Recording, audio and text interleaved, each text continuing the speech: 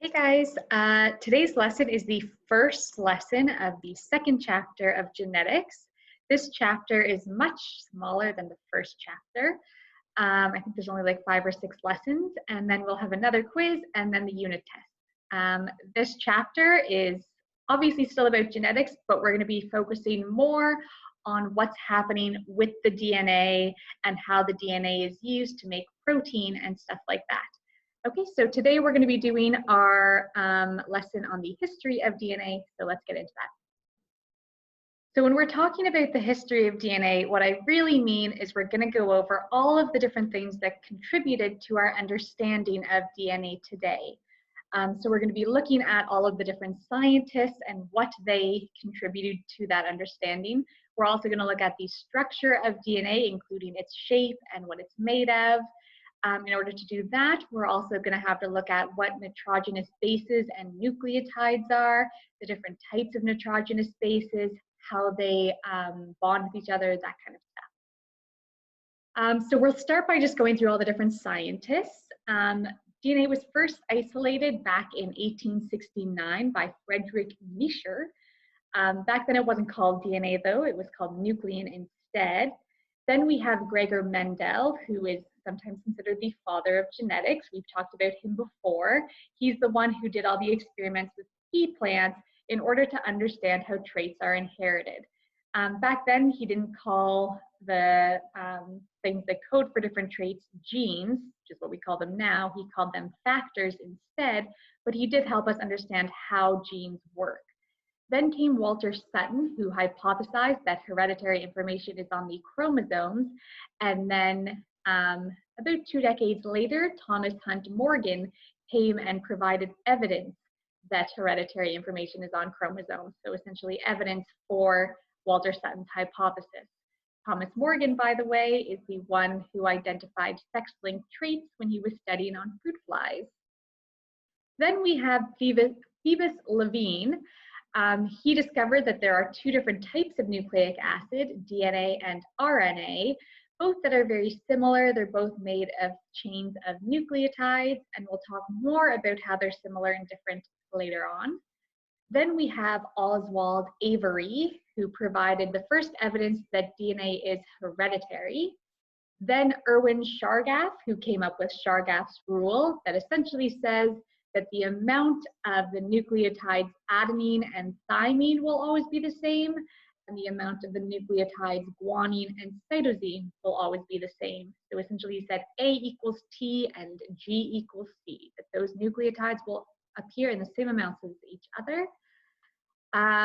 Then we have Hershey and Chase, who experimented on bacteria and viruses and determined that the DNA of the virus is what enters the cell of the host and causes that cell to produce virus particles. They also concluded that genes are made of DNA. And then you had Rosalind Franklin. She analyzed DNA using something called X-ray diffraction and determined the shape of DNA to be a double helix. She also discovered that the sugar phosphate backbone of the DNA is on the outside and that the inside is made up of nitrogenous bases with 2 repeating patterns. So Rosalind Franklin was essentially the one who ended up discovering the shape and structure of DNA. Then lastly, we have Watson and Crick, who created the first model of DNA, modeling it as a double helix. They published a paper on the double helix structure of DNA using data stolen from Franklin. So while they were the first ones to actually create a 3D model, which you can see them posing with here, they did that entirely based off of Rosalind Franklin's X-ray diffraction work. So she was the one who identified the structure of DNA and the shape of DNA, and then they used that to build this 3D model, stole all of her data, didn't give her any credit for coming up with the shape and structure of DNA, and then won a Nobel Prize and didn't share it with her, because they're jerks. The nicest thing I can say about them. Anyway, the structure of DNA, like we said, was discovered by Rosalind Franklin. It is a double helix, which is like a twisted ladder. So a ladder that you kind of twist into the shape. The backbone, which is like the outside parts of the ladder, is made up of a sugar called deoxyribose sugar and a phosphate, alternating back and forth, sugar, phosphate, sugar, phosphate. And then the rungs of the ladder are made up of pairs of nitrogenous bases that bond with each other in the middle. The nitrogenous bases then connect to the backbone on either side. The backbone and its one nitrogenous base that goes the whole way up are called the strands of DNA. So each DNA molecule is made up of two strands, the backbones with their bases that bond in the middle. So this is a full DNA molecule, these are the two strands. Bases from the two different strands will bond in the middle with a hydrogen bond. All the other bonds are just normal covalent bonds. So these sugars and phosphates are held together with covalent bonds. DNA is made of two anti-parallel strands. So again, each strand is the backbone with its half of the nitrogenous base pair. The strands are called anti-parallel because one is upside down compared to the other one. Essentially, one goes in the 5' to 3' direction, the other goes in the 3' to 5' direction. The phosphate end of the backbone is called the 5' end, and the OH group of the sugar is called the 3' end. So this is kind of what that would look like. So over here, the blue parts are the backbone, and then the red parts in the middle are the nitrogenous base pairs.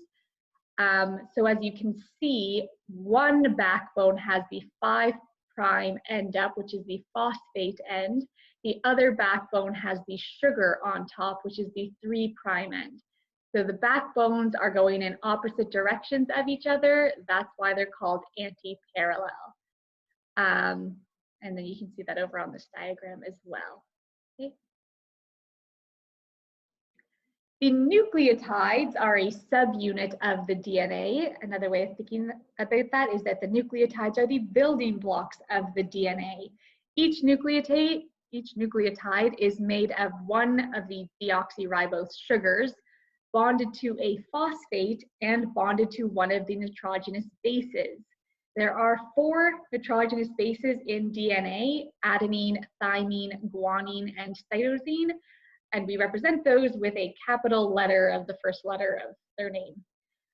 When you form those nitrogenous base pairs that make up the rungs of the DNA, it's always an A bonded to a T and a G bonded to a C. Those are what we call the complementary base pairs. A complements T, G complements C. When A and T bond with each other, they will bond with a double hydrogen bond, and C and G bond with a triple hydrogen bond. This is where Chargas' rule comes from. Because A's are always bonded to T's and G's are always bonded to C's, that's why the amount of A's always equals the amount of T's, and the amount of G's always equals the amount of C's. There are 2 different categories that these nitrogenous bases fall into based on their shape. We have purines, which are a double ring structure. That includes our adenine and guanine. And then the pyrimidines are a single ring structure, which includes the thymine and cytosine. When we then form a complementary base pair, you always have one purine bonded to one pyrimidine, which is why the rung that is formed is then 3 rings across, because you have the double ring structure of the purine bonded to the single ring structure of a pyrimidine. Okay, so this shape at the top here is our nucleotide. Again, the nucleotide is the building block of the DNA, made of the phosphate, the sugar, and the nitrogenous base. So the phosphate is this yellow shape, the deoxyribose sugar is the brown shape, and then the nitrogenous base is the purple shape. There are, again, 4 different types of nitrogenous bases, so they won't always look like that. And then they attach to one another as the phosphate and sugars of different nucleotides covalently bond with one another to form the backbone. And then a cytosine will form a triple bond with a guanine to form its nitrogenous base pair. And a thymine will double bond with the adenine to form its nitrogenous base pair across the middle. Again, the purines are the A and G. So A and G, as you can see, they are made of 2 rings. And then the C and the T are the pyrimidines, just a single ring. Just a reminder, chromatin is the uncondensed form of chromosomes that we see in the nucleus during interphase.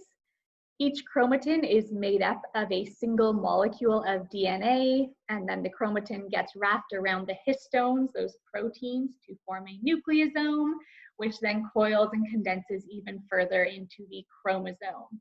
And then all of the chromosomes together are your entire DNA. The gene is then the functional subunit of the DNA, so different sections of DNA will have different genes, and each gene will direct the production of at least one protein molecule called a polypeptide. As we learned about in Bio 20, proteins are made up of sequences of amino acids, and then genes are essentially just coded messages that instruct ribosomes how to order the amino acids for specific proteins, because each protein will have its own unique order or sequence of amino acids. Also, if you remember back to when you first started learning about cells, ribosomes are where protein synthesis happens. So that's why it is the ribosomes that are instructed on how to build the protein. Each group of 3 nitrogenous bases in a gene is called a codon, and each codon codes for a specific amino acid. So in order to get one amino acid into the right place in a protein, each amino acid is identified by a single codon. And again, that codon is made up of 3 nitrogenous bases.